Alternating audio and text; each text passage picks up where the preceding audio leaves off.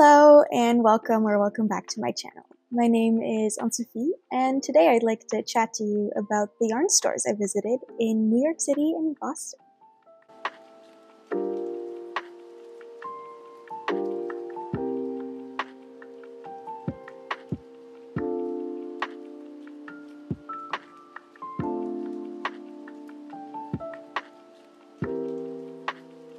I'm so glad I'm getting to sit down and chat to you guys at this very moment because it's been a hectic few days. I had to rush to get emergency care for my cat who's quite ill, but all is well now. Here she is.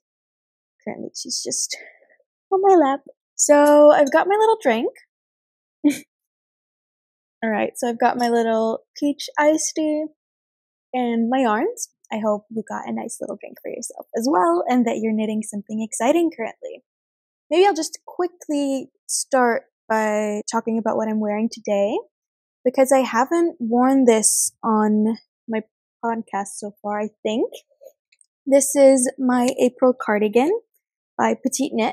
I knitted this last year in a size medium for a bit more of a boxy fit because it's usually quite fitted. And the sleeves are also not too loose, and not too fitted either in a size up, which I liked. I knitted the sleeves longer than intended because in my experience knitting for olive, merino, and soft silk mohair shrinks a lot with wear, and it has worked out perfectly, as you can see. I modified the pattern. Instead of a 1x1 ribbed button band, I made a double knitted button band. I followed the instructions Florence Miller from Handmade by Florence left on her Ravelry notes for her modified April cardigan. It was super clear. I used some YouTube videos to figure out how to cast on and cast off like these little stitches over here and make the button bands, and that was all I needed.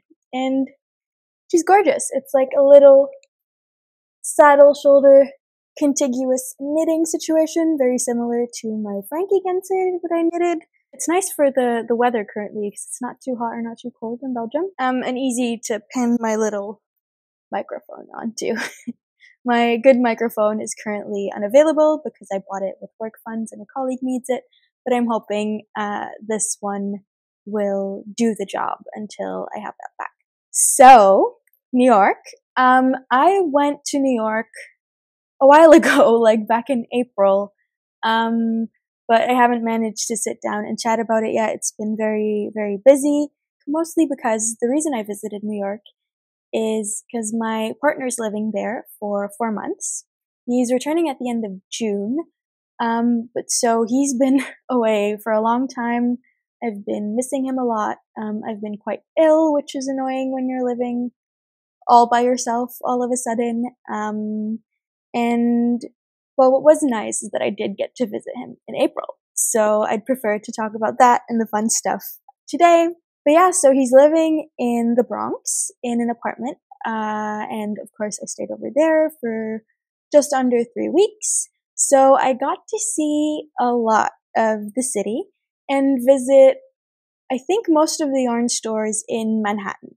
I wanted to visit some yarn stores that were recommended to me in the Bronx. They looked amazing, but you'd think 3 weeks in New York is a lot, and still, like, our days were jam-packed full of fun stuff to do, and still we didn't get to, like, the deeper parts of Brooklyn or even the Bronx.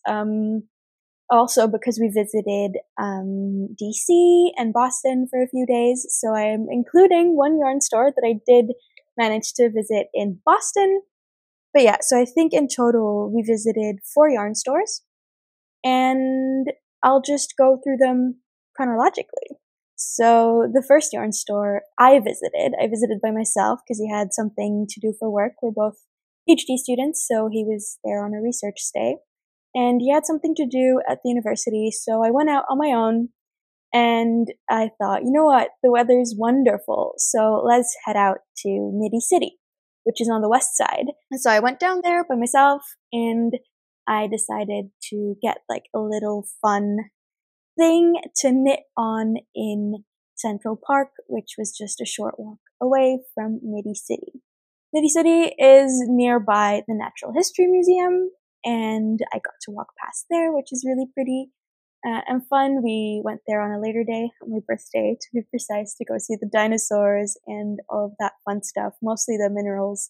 I love seeing gems and minerals. That was amazing.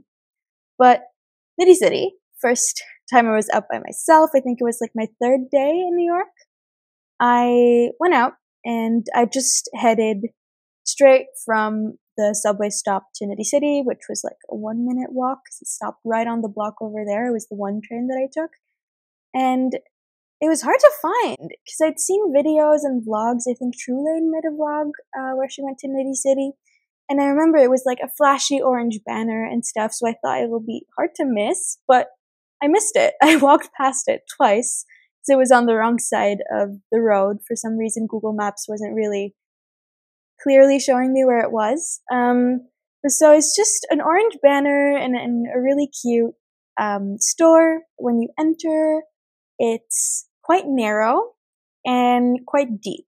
And I think there were about like 4 or 5 people working there ready to help you at any second. People were just sitting there knitting, chatting to each other about what they were making or what they were buying or doing. And I got to chat to these 2 very kind ladies for a while about like buying yarn, storing yarn, what to do with all of these garments that you knit that you clearly don't have space for in your wardrobe because normal people don't own as many sweaters as people who knit generally. So that was exciting and fun. But yeah, it was nice to think about. I don't think many solutions were offered. It was just a bit of ranting about how annoying it can be, but that was very wholesome. And while I was standing there by that table, I had just come from the huge wall full of books, and I'd quickly run away from there because books are heavy and I had to take home a lot of stuff because my partner wanted me to bring home some stuff too. Yeah, so I ran away from the books because they had such a great collection. They had so many exciting books. But yeah, I got out of there as quickly as possible because I would have wanted to buy too many books. Yeah, I just went straight over to yarns. I went to check out the sock yarns because I wanted to cast on a little pair of socks. But right next to the sock yarns were hand-dyed mohairs. And I love a good hand-dyed mohair. I'm not a big hand-dyed yarn girly. I'm very particular about it. I don't like too many color changes.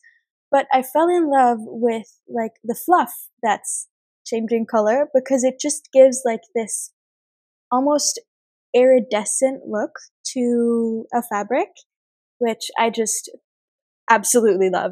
I love how it can be like a neutral tone and have like several cute colors poking through, or I don't know how to explain this. It's almost like, I like when it's almost rainbowy or either rainbowy or when the colors are like close together. I did pick up one of those mohairs. I found one hank and I asked whether they had another, and they managed to find just one other, so they only had 2.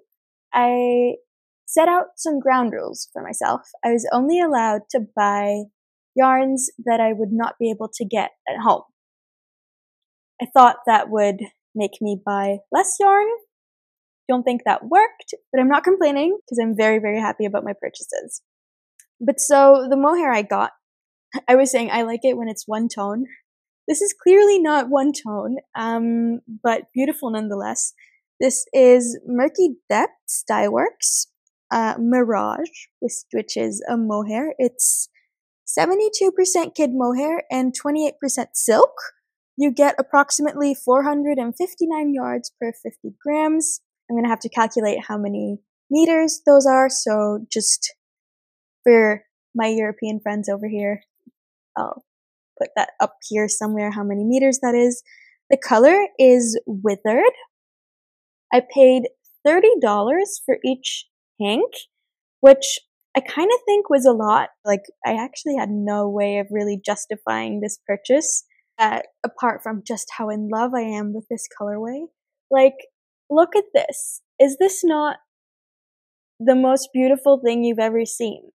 I have friends who laugh at me for using desaturated colors always and like more bright things, so I don't think if bright stuff is your jam that you're gonna love this as much as I do, but just in this light, it's magnificent. It has like pinks and blues and greens in there, and at the same time it has like this grayish, almost khaki tone.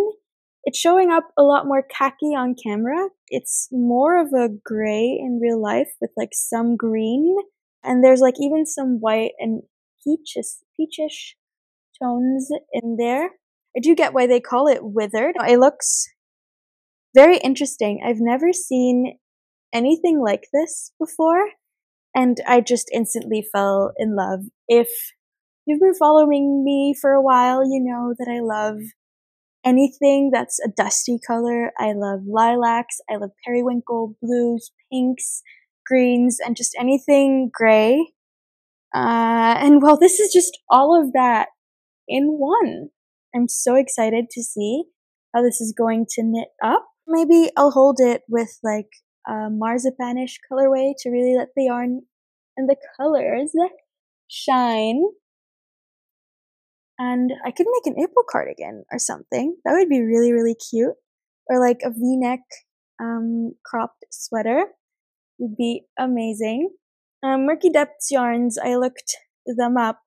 And they're, I think, if I remember correctly, a New York-based dyer, which I thought was just amazing and brilliant. And I don't know, I can't believe I found the perfect souvenir at just my first yarn store visit.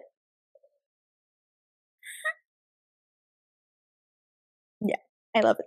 I love it so much. So after buying that, I went to Central Park and went to find some cherry blossoms. I found one tree that had like almost no cherry blossoms left, but I sat down there. I got myself a little matcha latte, which was $8 and absolutely horrendous. I've never had that bad of a matcha latte in my life.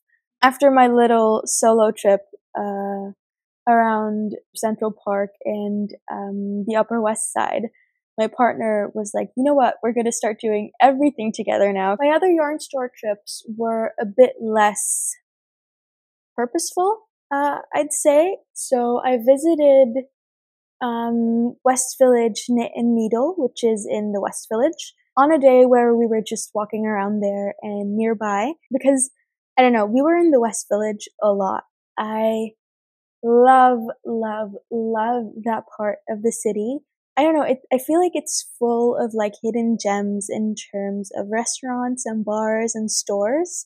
But so West Village is also home to West Village Knit and Needle, which is located in a very, very cozy and calm street. And we entered there and we're actually a tad disappointed. Like, my friend Yasmin was in New York one of the weeks that I was there as well, and she also went there, and she said I didn't like the store. It was so bland. And it kind of was. It's very minimalist. The walls are quite white and empty, and they did not have the biggest collection of yarns. As I noticed in all of the other yarn stores in the US, most of the yarns come in hanks, and many are hand-dyed, which is not what you typically find here at home, which surprised me, actually.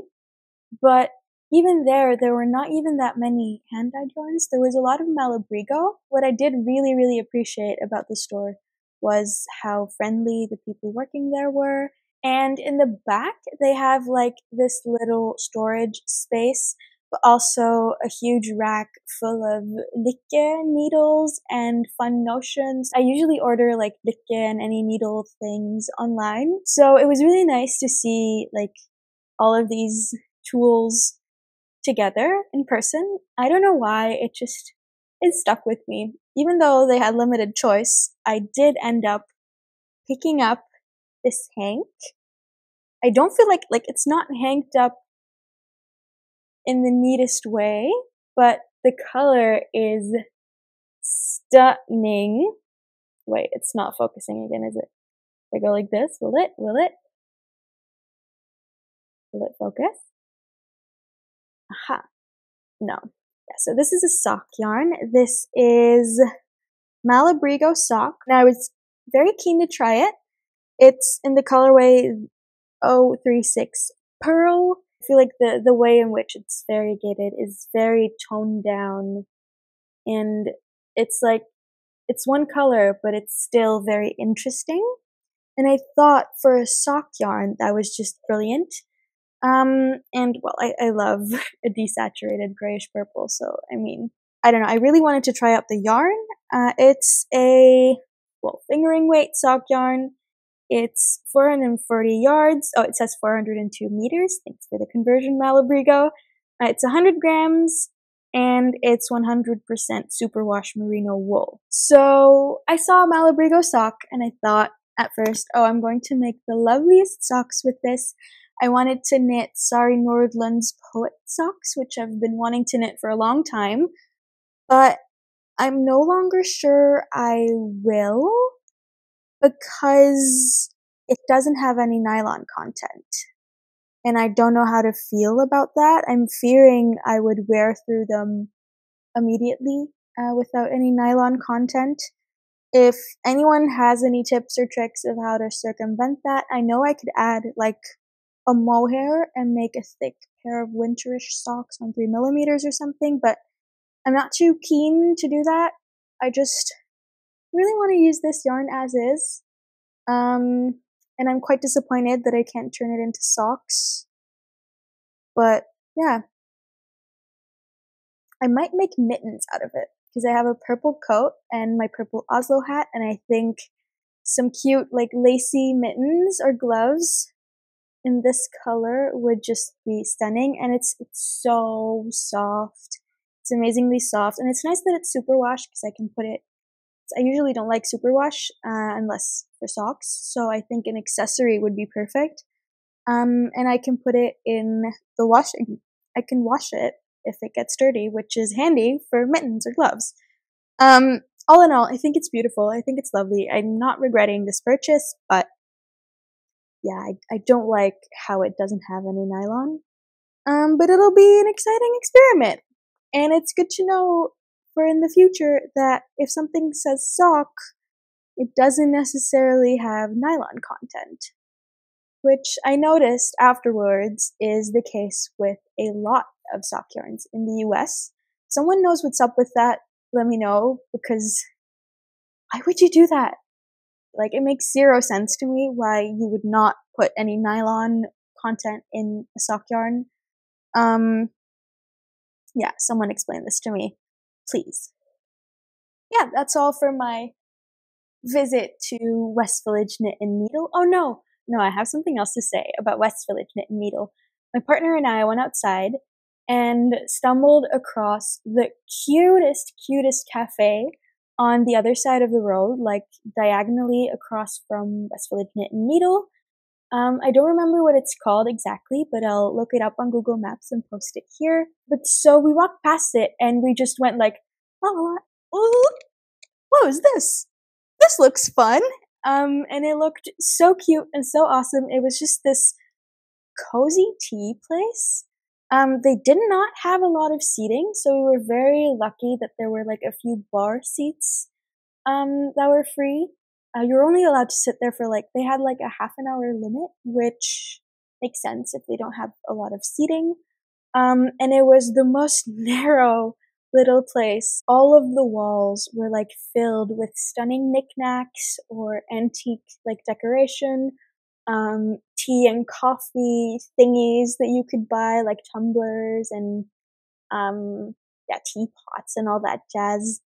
And the rest of the walls were just tea, just all kinds of teas. There was a caffeinated side, there was a non-caffeinated side, and we got terrible choice paralysis picking out the tea we wanted to drink, but I got peppermint tea and my partner had hibiscus tea, and we just sat there. He read his book on his phone, I knitted for a little while, and we had the most lovely afternoon.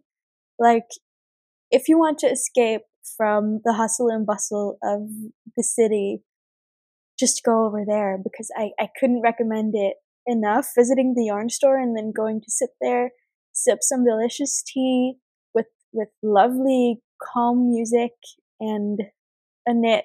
It's so stupid, but that was like one of the nicest things we did while we were in New York City. Like, I love how busy it is and how it keeps like my brain engaged and excited. Like, such big cities really do it for me, but they're also so busy, and just sitting down and having like a quiet moment for ourselves was wonderful. Yeah, but that's it about the tea. Talking about tea, I'm thirsty. So I think at this point we're gonna have to talk about Boston. So we went to Boston for 3 days, I believe. We took the Peter Pan bus from Penn Station. It was nice to have like a little change of scenery for a second to, well, Boston, which is such a clean and calm and beautiful city. It was a very different vibe from the eccentricity that you see and get all over New York City. And it was a welcome change of scenery and change of pace. It was so clean, wonderfully clean, and we had the best time. We got a tip from the lady in whose basement apartment we stayed. She was a native Bostonian, and she's actually from Concord, which is about a 30-minute train ride away from Boston. And my partner and I are both English language majors, so we like us some literature, and Concord was home to great writers such as Ralph Waldo Emerson and one of my favorites, Louisa May Alcott. So Little Women by Louisa May Alcott is one of my favorite stories. The 2019 movie adaptation by Greta Gerwig is my favorite movie ever made. And we got to visit the house. So Little Women, it's like semi-autobiographical. She changed a few things about the story, but most of the things are things that have really, happened in her life and in her family's life. They have like a little tour of the house, which we did.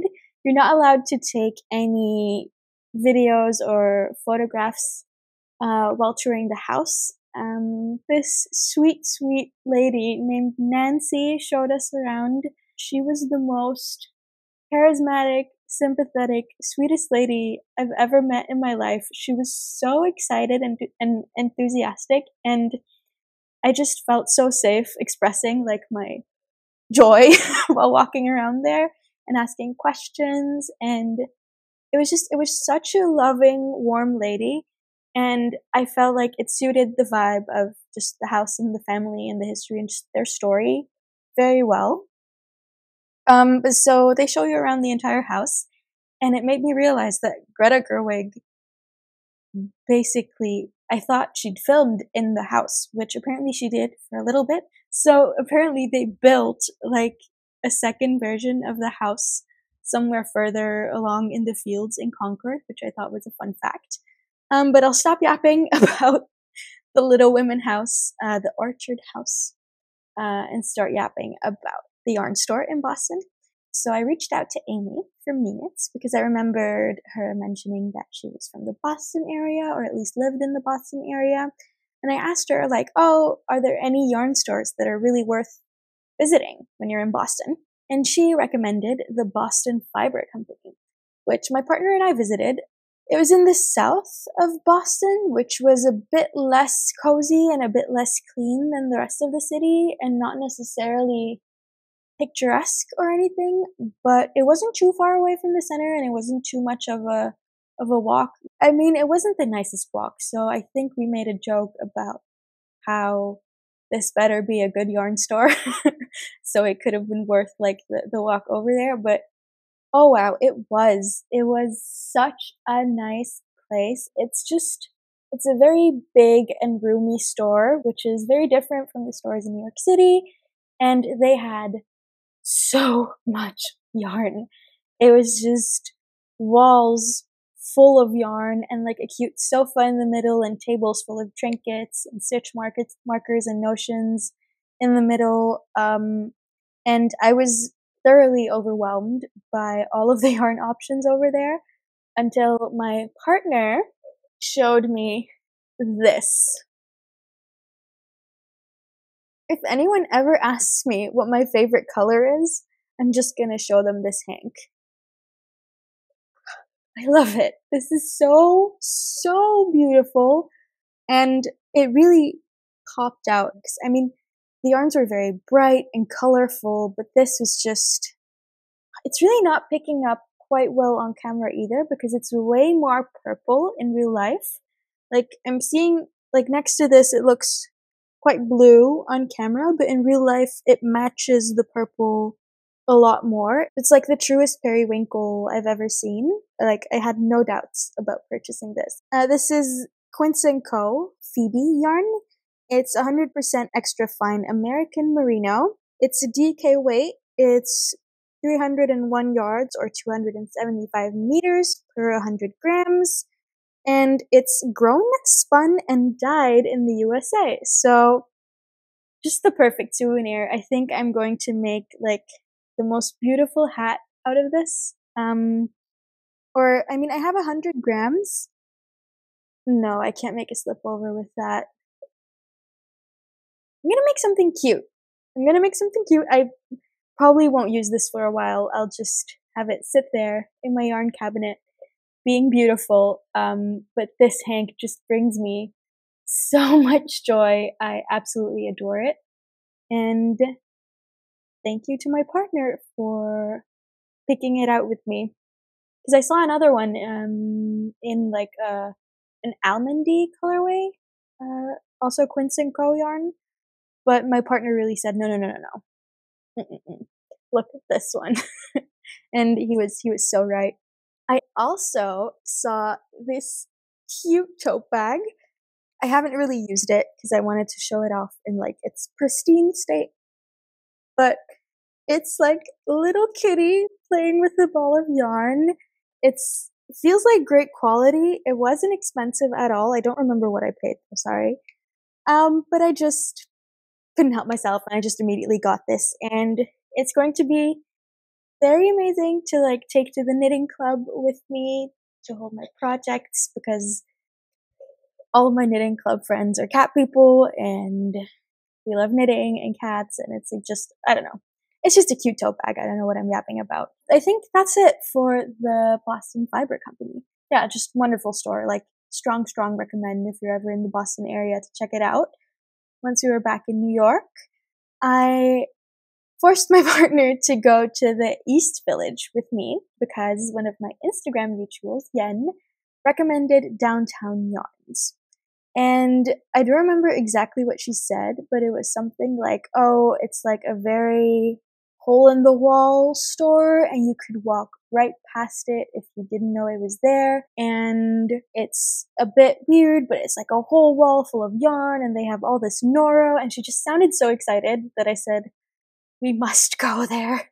And like by my last day in New York, I was like, oh no, we still haven't gone. So I dragged my partner to the East Village and I would move to the East Village just to go to this yarn store every single day.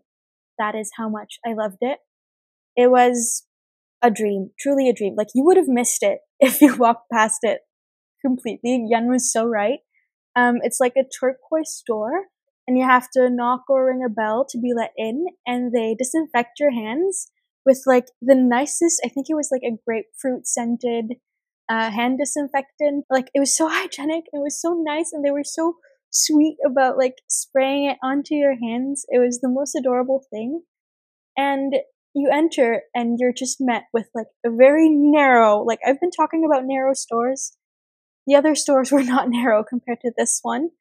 Like a very long, narrow store. And there's just yarn on all the walls. You know these bookcases that are so high up that they have to use a ladder and that the ladder like slides across? They had that, but for yarn. It was a dream. Everyone was so kind. I really took my time looking around there. You know, I couldn't really decide what yarn to get, or I didn't really find a yarn that spoke to me, except for one Noro yarn that I really, really liked, and that I'm definitely going to put on my list and may go pick up if I'm in New York again in the future. We're not talking about that, but so I went up to the registry because I picked out some buttons for my Agni cardigan. Wait, let me get them quickly. So I had picked out these buttons for my Agni cardigan, so I'm gonna open that quickly. They only had 4 buttons left, and one of them is a bit different from the others, so I'm not exactly sure whether I'm going to use the fourth one, on my cardigan or not. But look at them. They're stunning. They're like an iridescent, pearly brown gray, and absolutely perfect for my Agni cardigan. The shine is like bluish purplish, like mother of pearl buttons always have. It also would look perfect with this yarn though. Ooh. Oh my. Yeah, I'm gonna have to think about that. This is, oof. Yeah, this is perfect. Yeah, might have to go back and get more buttons. I don't know. But so I got these 4 buttons. I asked them whether they had Noro Silk Garden Sock Solo in the very well-known Omatama S1 colorway, and lo and behold, they did. I have not been able to find this in stock in any yarn store whenever I've been looking for it. I've looked at like all of the yarn stores I know in France, Germany, Belgium, Netherlands, and I can't seem to find it. So I was just ecstatic when I saw this. I had already reached my limit in terms of my budget for what I was allowed to buy, but you know, my partner was also like, no, do it. Like, you really like this yarn, you really want this yarn, clearly. You're gonna regret not getting it. So I did. I kind of limited myself to 2 skeins. And said I'm gonna make a slip over. It's kind of weird because one of them is more pinkish and the other is more yellow, but that's normal with this yarn, I've been told. I like it though. So I was gonna make a slip over, but the second we walked out of the store, I already started thinking, oh no, what have I done? And like after an hour or so, I said to my partner, oh no, I should have gotten one more. I think I really want a sweater. And we didn't have time to go back, and I was leaving the next day, so he said, you know what, I'll go there for you before I leave, and I'll bring you another skein when I get home. And so he went, and he picked up 2 more skeins. He's the absolute sweetest, but now I'm going to be able to make the oversized jumper of my dreams. I'm very happy that the 2 skeins he picked up are also, because he texted me like, is it a problem that one's like more pink and the other's more green? They're saying it's normal. But yeah, it's nice that one of them is also more pink and one of them is more green, because then I can like alternate between a pinkish one and a more greeny yellowy one, and it'll look normal. I mean, with the Noro yarn, they're so variegated, I don't really think it matters anyway, like, but I don't know, just in terms of balance. I paid $22 for each skein, and I can't believe I found them. I'm so, so happy. I think I'm going to hold them with like a foggy colored mohair for like a turtleneck or a v-neck oversized sweater. Either the Isager grayish white mohair, or maybe Mayo Garn's mohair in the fog colorway, which is like a pinkish purpley grayish white. Yeah, but I love this. Any tips on like oversized turtleneck sweaters, preferably drop shoulder, are very welcome in the comments. Yeah, probably gonna cast something on with this in the early fall. maybe even August, who knows. Yeah, I think that is all for my New York knitting adventures. I had a lot of fun. My partner and I didn't have too many opportunities for knitting, which is why this is mostly knitting store based and not too much knitting vlogging. My partner went for a run around the lake in Central Park, and I sat by the cherry blossoms and knit on my Frankie Gensid, which was idyllic.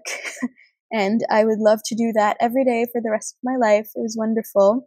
Oh, and in the downtown yarn store, when I was at the register, this sweet lady asked me if I had knitted my own top. I was wearing my square neck camisole, and she was like, "Oh, it's beautiful." And my heart exploded.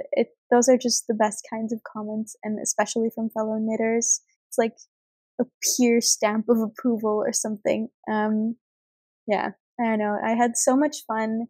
I'm already thinking about when I'm gonna get to go back. I hope I didn't disappoint anyone by not talking about anything else that I visited. It was like a nearly 3-week long trip, and we did loads and loads of things, and I think I would be talking here for like 3 hours if I'd cover all of that. And yeah, deciding what I wanted to vlog and if I wanted to vlog was really hard, so I'm conceptualizing this as more of like a little knitting diary rather than a vlog, and very yarn haul focused. Because I don't know, that's what I like to listen to and look at myself, so that's what I wanted to make. If anyone has any questions about the yarns, or mostly if you have recommendations or like ideas, or you think, oh, you can make this pattern with that, or you can hold it with this yarn, please let me know in the comments. I am so happy to get any input. I always love to get to know new patterns and find new designers. Yeah, I think that's it. If you watched this video all the way through to here, thank you so much. I really appreciate you. I hope you have a wonderful rest of your day, and happy knitting. Bye bye!